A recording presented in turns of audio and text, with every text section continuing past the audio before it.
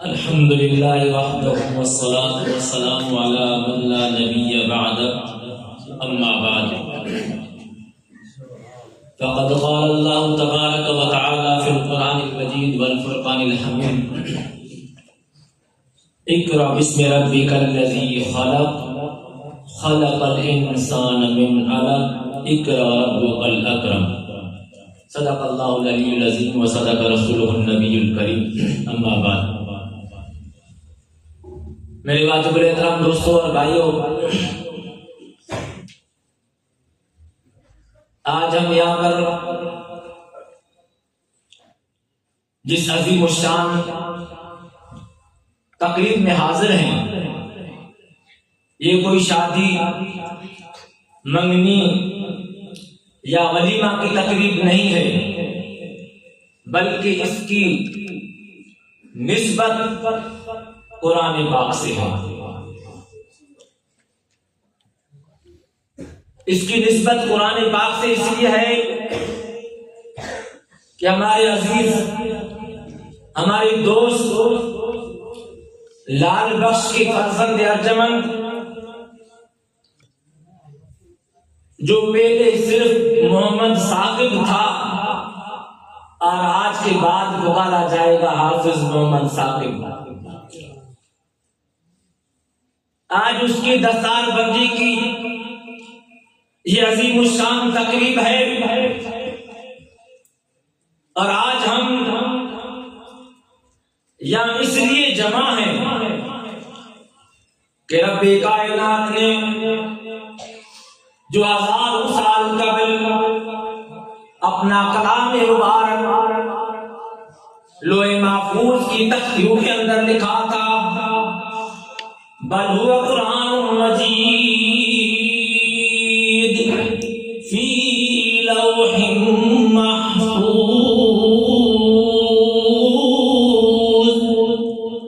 رب کائنات نے قرآن پاک کے اندر اعلان کر دیا ہے کہ میرا وہ کلام جو ہزاروں سال قبل میں نے لوح محفوظ کی تختی پر لکھ کے رکھا تھا، آج وہ کلام اس کے بعد جناب رسول اللہ صلی اللہ علیہ وسلم، آقا نامدار سرکار دو عالم صلی اللہ علیہ وسلم کی قلب اختر کی تختی پر لکھا گیا، اور وہ چلتا چلتا آج حافظ محمد ثاقب کی دل کی تختی پر لکھ چکا ہے. سب کے مبارک سبحان اللہ.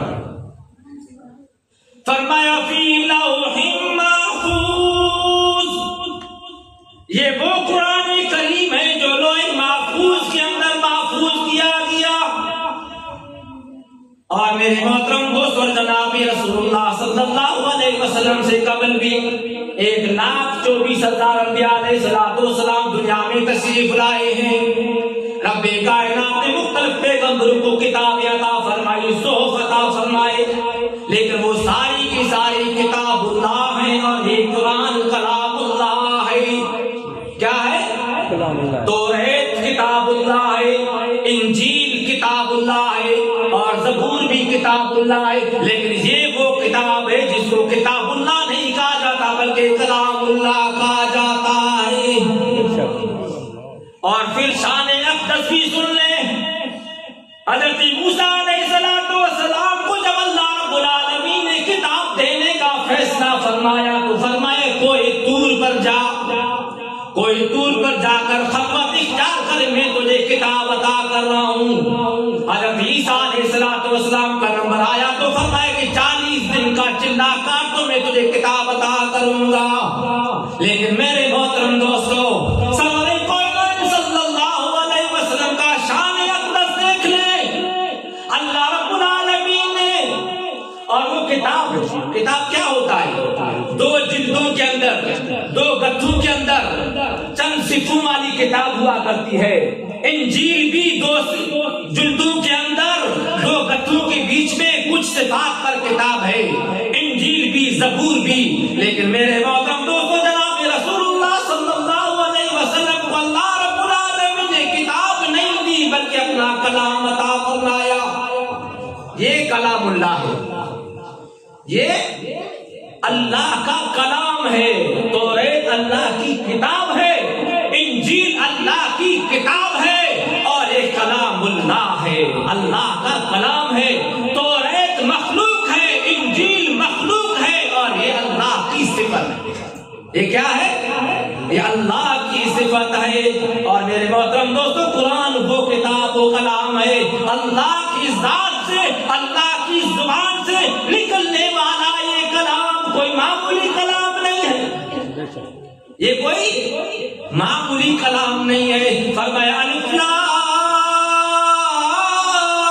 میم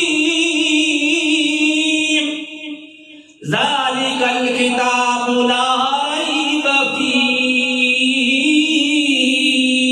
یہ وہ کتاب ہے جس میں کوئی شک و شبہ نہیں ہے، اس میں کوئی شک کرنے کی گنجائش نہیں ہے۔ کیوں؟ الف، اللہ نے قرآن کو بیان کرنے سے پہلے فرمایا الف لام میم۔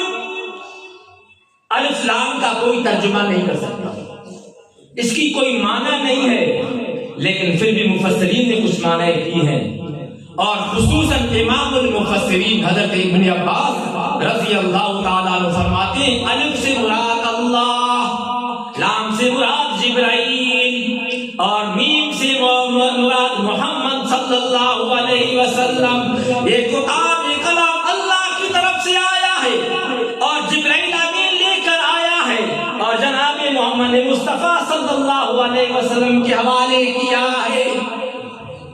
اللہ کی ذات اللہ، تبارک الذی بیدہ الملک وعلی کل شیء قدیر، وہ تو ہر شے پر قادر ہے، وہ تو عظیم اللہ کی ذات تو ہر عیب سے، ہر نقص سے اور ہر کمزوری سے پاک ہے۔ سبحان الذی اسرا، سبحان اس ذات کو کہتے ہیں جو تمام عیوب سے پاک ہو، جو ہر کمزوری سے پاک ہو، جو ہر عجز سے پاک ہو۔ یہ کلام اس اللہ کی طرف ہے، اور لانے والا کون ہے؟ تنزیل من رب العالمین۔ آگے قرآن خود بیان کر رہا ہے کہ قرآن کس نے بھیجا ہے، قرآن کس کی کتاب ہے، کس کا کلام ہے۔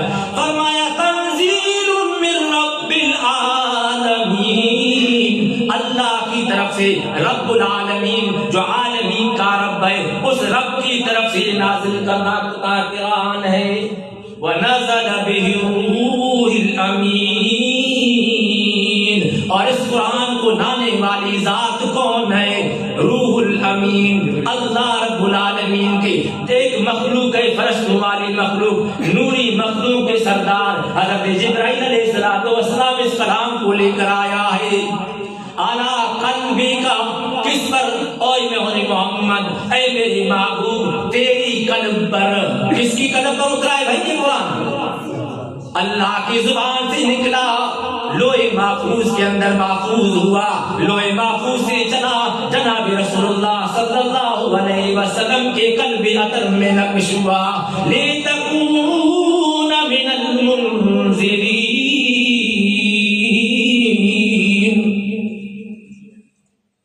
اور روح الامین، انہ لقول رسول کریم، یہ رسول کریم، کریم کرم، عظیم الشان فرشتہ،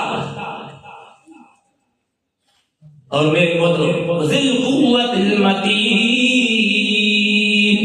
طاقت والا، بیچنے والا اللہ، کسی نقص سے بھی ہر نقص سے پاک، اور لانے والا جبرائیل علیہ السلام، تمام فرشتوں کا سردار، نوری مخلوق کا سردار، اور بھیجنے والا اللہ، لانے والا روح الامین، اور جس پر آیا ہے اس کو کہتے ہیں محمد مصطفیٰ صلی اللہ علیہ وسلم۔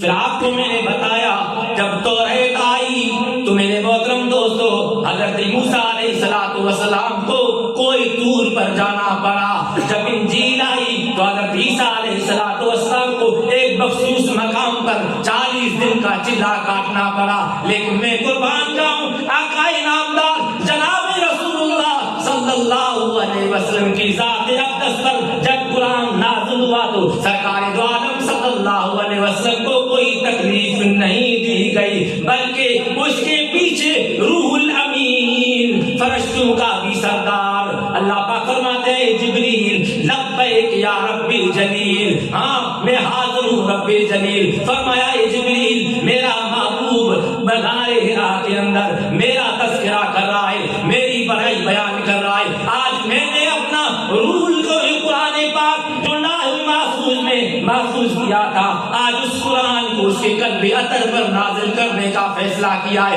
لہذا جبریل امین جا میرے محمد مصطفیٰ صلی اللہ علیہ وسلم کے پاس جا کر قرآن پہنچا، اور پھر یہ قرآن دفعتاً واحدتاً نہیں آیا۔ حضرت موسیٰ علیہ السلام کو پوری کتاب ایک دفعہ عطا کر دی گئی، حضرت عیسیٰ علیہ السلام کو پوری کتاب انجیل ایک دفعہ عطا کر دی گئی، لیکن میرے محترم دوستو جناب رسول اللہ صلی اللہ علیہ وسلم پر یہ قرآن 23 سال تک اترتا رہا،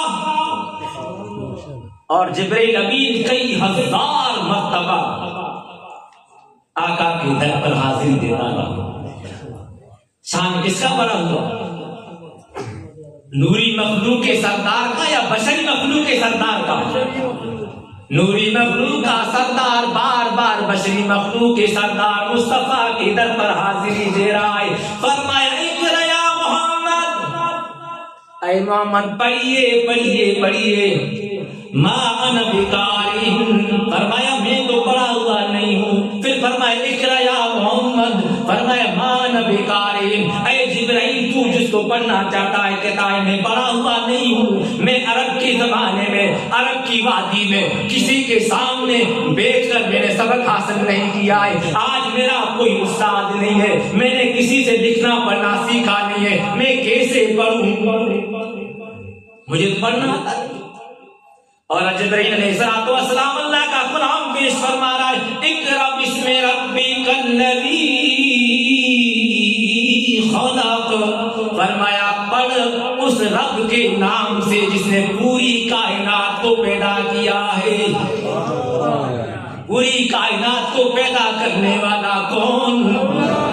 پوری کائنات کا مالک کون؟ پوری کائنات کا خالق کون؟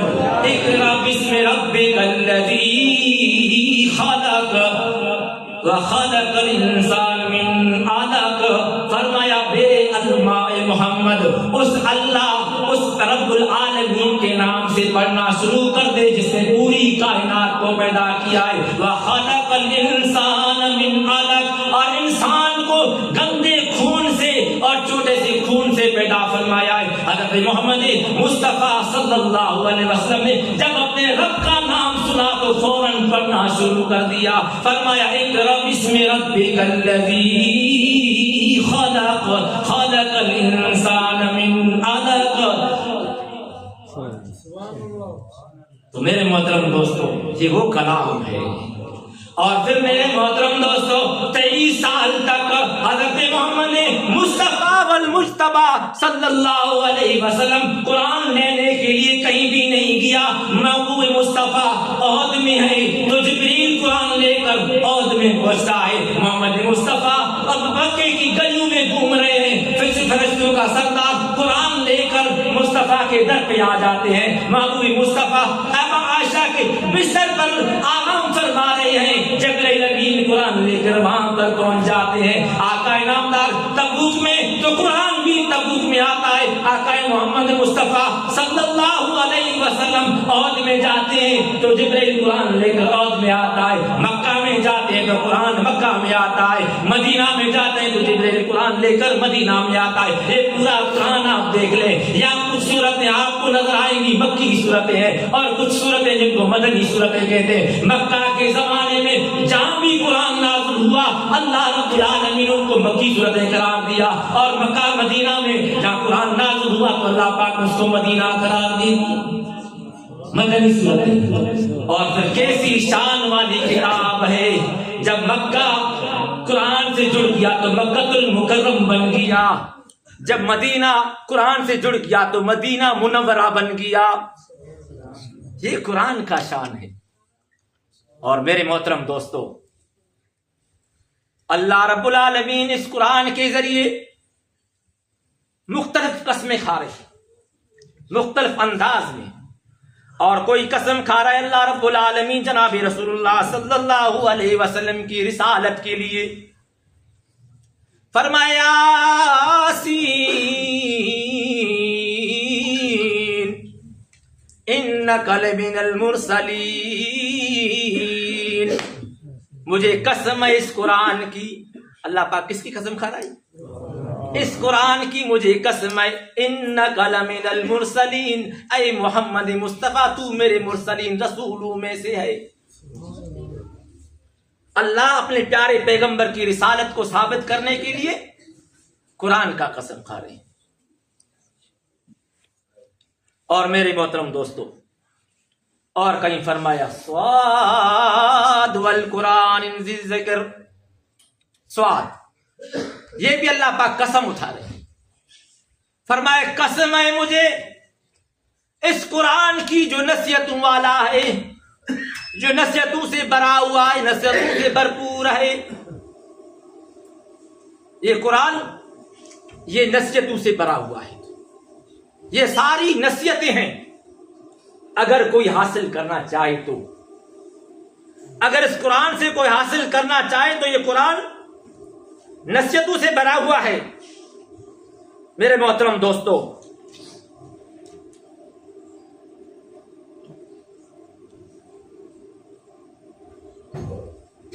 فرمائے نصیحت اگر آپ حاصل کرنا چاہیں تو ایمان کے بارے میں نصیحت قرآن ہے پاک، اخلاق کے بارے میں نصیحت قرآن ہے پاک، معاشرت کے بارے میں نصیحت قرآن پاک، میرے محترم دوستو عقائد کے بارے میں بھی نصیحت یہی قرآن ہے۔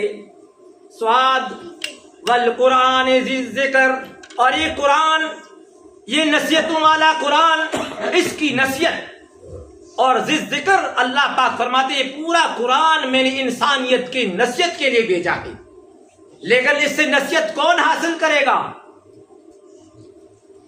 نصیحت وہی حاصل کرے گا جو اس قرآن کو سمجھنے کی کوشش کرے۔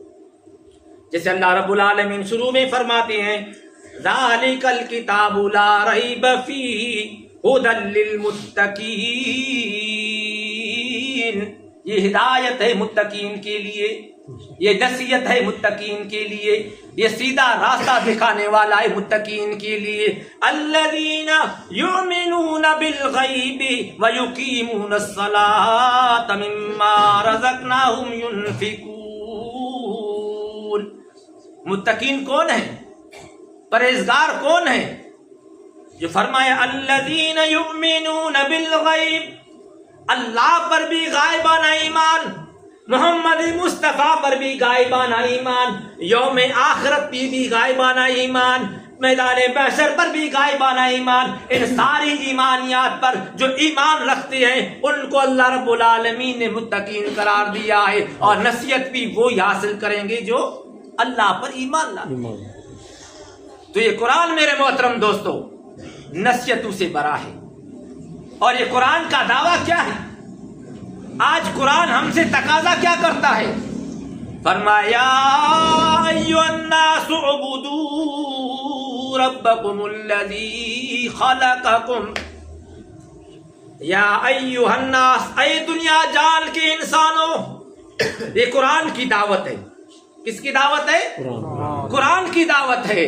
یا ایھا الناس، اے دنیا جان کے انسانوں، اعبدوا ربکم الذی خلقکم والذین من قبلکم لعلکم تتقون، اس اللہ کی عبادت کرو جس نے تمہیں بھی پیدا کیا ہے اور تم سے پہلوں کو بھی پیدا کیا ہے۔ تبارک الذی بیدہ الملک وہو علی کل شیء قدیر، اور آگے جا کر الذی خلق سبع سماوات طباقا، وہ اللہ جس نے ساتوں آسمانوں کو بنایا ہے، سارے ساتوں آسمانوں کو تہبتے کس نے بنایا؟ زمینوں کو بنانے والا کون؟ عزت کا مالک کون؟ ذلت کا مالک کون؟ بیٹے بیٹیاں دینے والا کون؟ تو پھر سجدے کا لائق بھی کون؟ حقیقی مسجود کون؟ حقیقی مقصود کون؟ اور پھر نظر و نیاز کا مالک کون؟ انی نظرت لک ما فی بطنی محررا. حضرت بی بی مریم علیہ السلام کی والدہ دعا مانگ رہی ہے، انی نظرت لک. اور ہمارے یہاں آج کل کیا ہے، کچھ سندھ سے آنے والے شیعہ کالے کافر ہمارا جیب بھی خالی کرتے ہیں اور ہمارا ایمان بھی خالی کرتے ہیں. کیا کہتے ہیں آگے؟ نظر اللہ نیازی حسین دیتے ہیں کہ نہیں کہتے؟ وہ اپنا عقیدے کی دعوت بھی دے رہے ہیں ہمیں اور ہمارے جیب کو بھی لوٹ رہے ہیں. لیکن میرے محترم دوستو، قرآن فرماتا ہے حضرت اماں مریم علیہ السلام کی والدہ نے فرمایا، انی نظرت لک. میرے نظر و نیاز کس کے لیے ہے؟ نظر عربی کا لفظ ہے اور نیاز فارسی کا لفظ ہے. دونوں کی معنی ایک ہی ہے، دونوں کی معنی ایک ہی ہے. یعنی نظر کرنا. کس کے نام پر نظر کی جائے گی؟ آپ سب کس کے نام پر نظر کریں گے؟ نظر و نیاز کا مالک صرف ایک اللہ ہے. اللہ کے سوا کسی اور کا نظر و نیاز نہیں کیا جائے گا. یہ میرے قرآن کا فیصلہ ہے. سب کا ایمان ہے قرآن پر. یہ قرآن سچا ہے اور جو اس کو نہ مانے وہ جھوٹا ہے اور وہ ایمان کا کچا ہے. تو قرآن کہتا ہے کہ نظر و نیاز کا مالک کون؟ تو سجدے کا مالک بھی اللہ، نظر و نیاز کا مالک بھی اللہ. جناب رسول اللہ صلی اللہ علیہ وسلم اب تھوڑے دن پہلے 27 رجب گزرا ہے، کچھ دن پہلے گزرا ہے. جناب رسول اللہ صلی اللہ علیہ وسلم اللہ سے ملاقات فرما رہے ہیں. یہ واقعہ تو لمبا ہے. ملاقات ہوئی عرش مولا پر. رب کائنات نے فرمایا، میرے محبوب، یہ دنیا کا اصول ہے کہ جب کوئی دوست کسی دوست کے پاس جاتا ہے تو کچھ نہ کچھ تحفے لے کے جاتا ہے. اور میری اور آپ سے بڑھ کر دوست دنیا میں کون ہو سکتا ہے؟ اتنے بڑے سچے دوستی دنیا میں کہیں بھی نظر نہیں آئے گی. تو میرے محبوب مکہ سے آ کر عرش مولا تک پہنچے ہو، میرے لیے کیا تحفہ لایا ہے؟ میں اسی نظر و نیاز پر آنا چاہتا ہوں. تو قصہ مختصر فرمایا، التحیات للہ والصلوات والطیبات. یا الہ العالمین، میری ساری کولی عبادتیں تیرے لیے خاص. زبان سے تعریف کسی اور کی نہیں ہوگی، زبان سے بڑائی کسی اور کا بیان نہیں کروں گا. جب بھی بڑائی بیان کروں گا تو تیری بڑائی بیان کروں گا، جب بھی تعریف کروں گا تو تیری تعریف کروں گا، تیرے لیے خاص. والطیبات، میری بدنی عبادت، میرے ہاتھ، میرے پاؤں، میرے آنکھ، میرے کان، ناک، پورا بدن جو بھی حرکت کرے گا تو یا اللہ تیرے نام پر کرے گا. اور میری مالی عبادت، کیا؟ خیر و خیریات، صدقات، نظر و نیاز کس کے نام پر ہوگا؟ صرف ایک اللہ کے نام پر ہوگا. تو میرے محترم دوستو، یہ قرآن ہم سے یہ تقاضا کرتا ہے.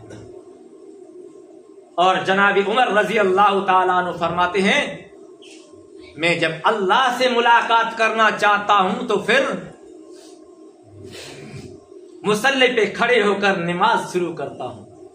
الصلاۃ معراج المومنین، سنا ہے نا آپ نے؟ الصلاۃ معراج المومنین.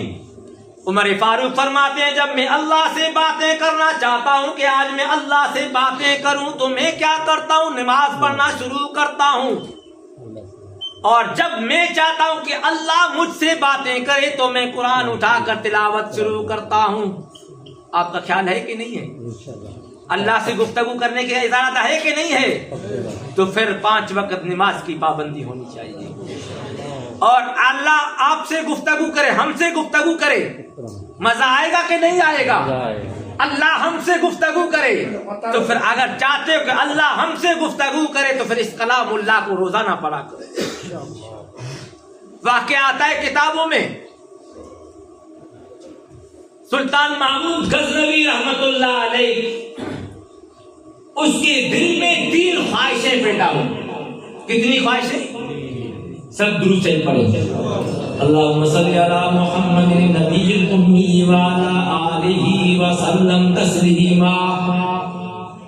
سلطان محمود غزنوی رحمت اللہ علیہ کے بارے میں آتا ہے کہ اس کے دل میں 3 خواہشیں پیدا ہوئی.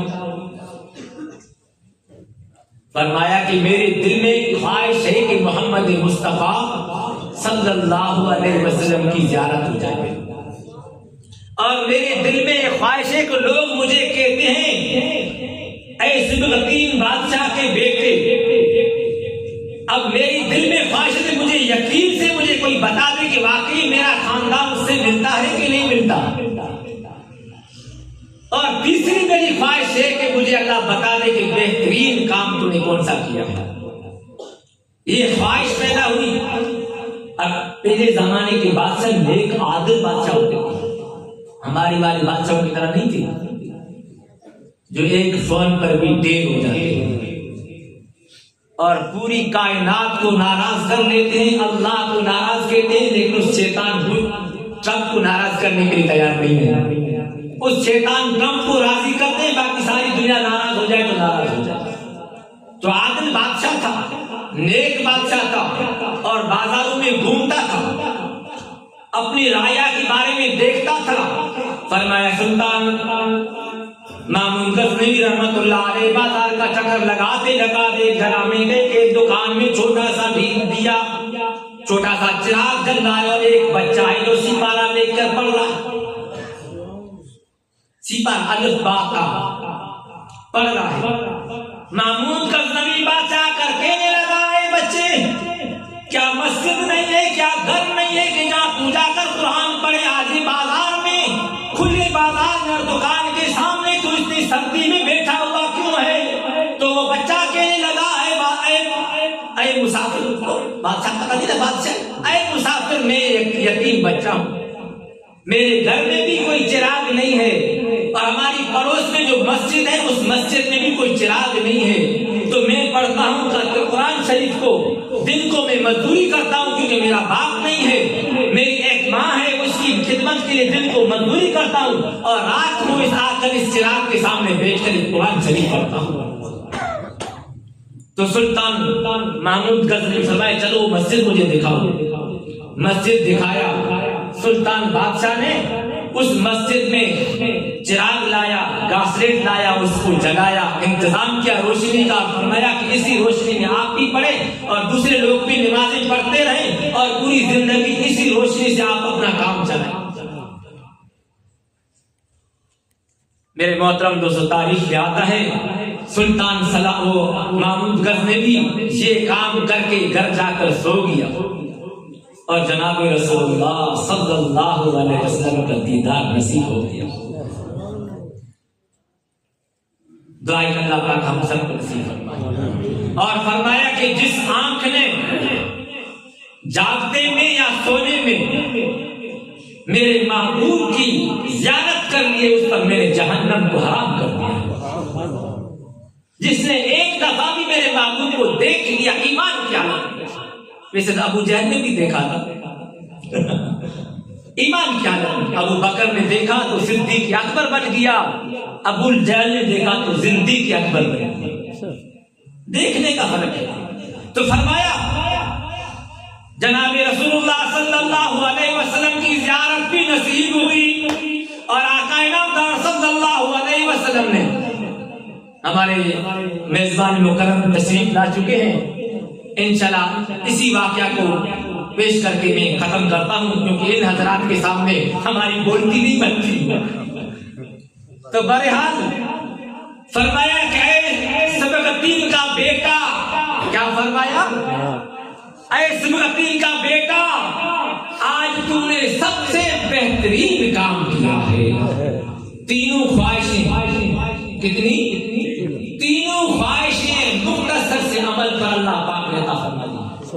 وہ عمل کیا تھا؟ اس قرآن کی خدمت تھی، اس قرآن کی خدمت کریں گے۔ یہ قرآن وہ ہے جس کی اتنی چھوٹی سی خدمت پر سلطان محمود غزنوی کی اللہ رب العالمین نے 3 خواہشیں پوری کر دی۔ اور خواہش بھی کیا؟ مصطفیٰ کی زیارت، اور خواہش بھی کیا؟ صحیح نسل کا صحیح معلوم ہونا، اور خواہش بھی کیا کہ سب سے پہلا بہترین عمل کیا ہے؟ اس نے صرف ایک چھوٹا سا عمل کیا اس قرآن کی خاطر، چراغ کا بندوبست کیا کہ یہ بچہ قرآن بیچ کر پڑھے گا۔ رب کائنات نے محبوب مصطفیٰ کو زیارت کے لیے اس کے خواب میں لا دیا۔ تو اس قرآن کی خدمت کریں گے انشاءاللہ، اور فرمایا جو اس قرآن سے جڑ گیا وہی کامیاب ہو گیا۔ کامیابی کا راستہ یہی ہے، اور یہ وہ کتاب ہے جو بلندیوں تک پہنچاتی ہے، اور یہی وہ کتاب ہے جو پستیوں تک بھی پہنچاتی ہے۔ جو اس کتاب کے ساتھ جڑ گیا وہ بلندیوں کو چھو لے گا، اور جس نے اس کتاب کو، اس قرآن، اس کلام اللہ کو پسے کچھ ڈال دیا وہ میرے محترم دوست پستی میں چلا جائے گا۔ کامیابی کا راز صرف اور صرف ایک قرآن پاک میں ہے۔ اپنے بچوں کو بھی قرآن پڑھاؤ اور خود بھی قرآن پڑھو، قرآن کی تلاوت کیا کرو، روزانہ قرآن کی تلاوت کریں گے انشاءاللہ، اور نماز کی پابندی اور قرآن پاک کی تلاوت۔ میرے محترم دوستو، اس گئے گزرے دور کے اندر، اس فتنے کے دور کے اندر اگر ہم نے 5 وقت کی نماز کی پابندی کر دی اور اس قرآن پاک کی تلاوت کی پابندی کر دی، اللہ سے امید ہے کہ اللہ رب العالمین تمام فتنوں سے ہم سب کی حفاظت فرما لیں گے۔ وآخر دعوانا الحمدللہ رب العالمین۔